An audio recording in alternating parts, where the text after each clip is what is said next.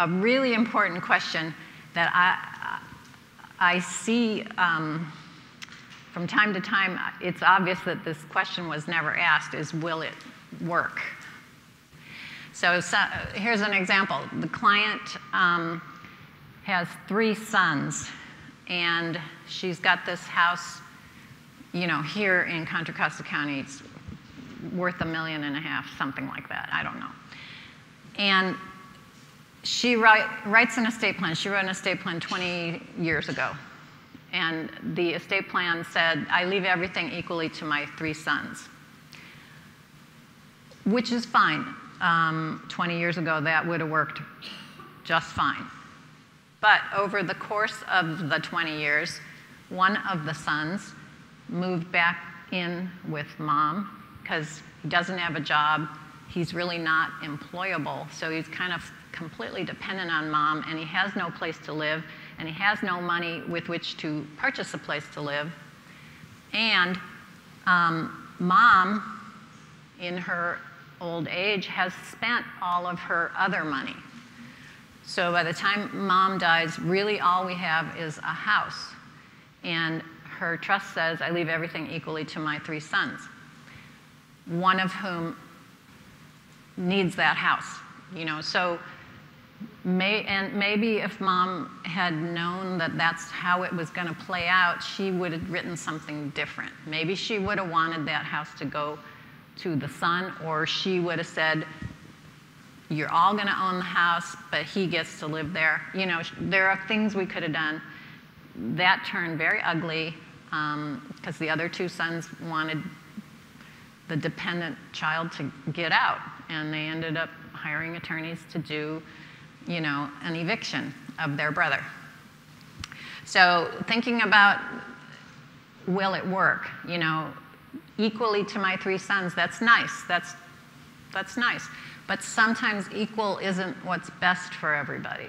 Sometimes something different is more equitable. And the example I just gave you, maybe something that favored that other son a little bit would have been better for the family, because right now they are, you know, completely blown apart. There is no family anymore.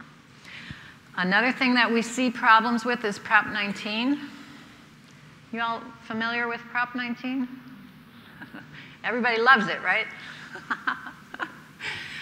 Prop 19 is the law that came into effect last year, and it had two sides to it.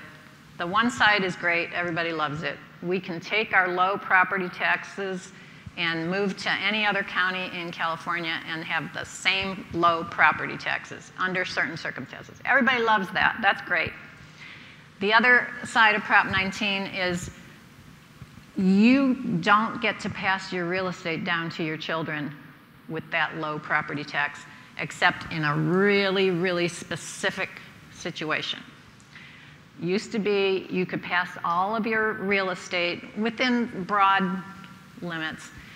You could pass all of your real estate on your death to your children, and they would pay the same property tax you were paying, even though you bought that property in 1978.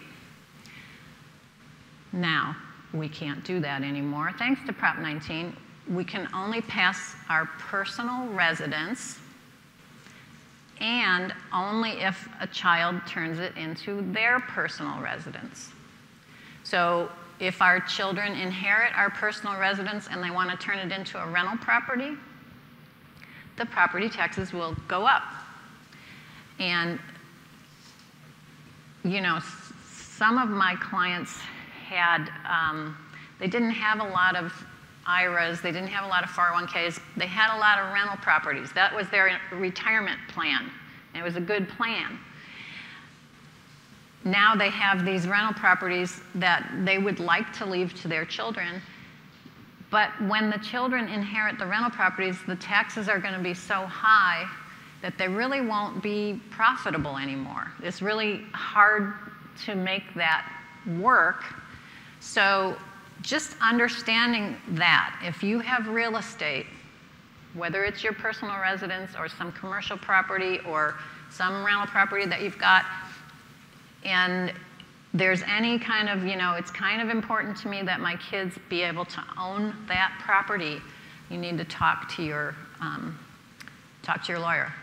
Find out what can we do to make that happen if the property taxes are an important issue. The other thing is there enough cash? So my prior example, when I was talking about the 3 sons where one was living in the house and that was all there was no cash. So that's an example of that. How, even if it wasn't a problem that the son needed to live in the house, even if they all agreed, we're going to sell this house, there's no cash on hand right now to do the things that need to be done.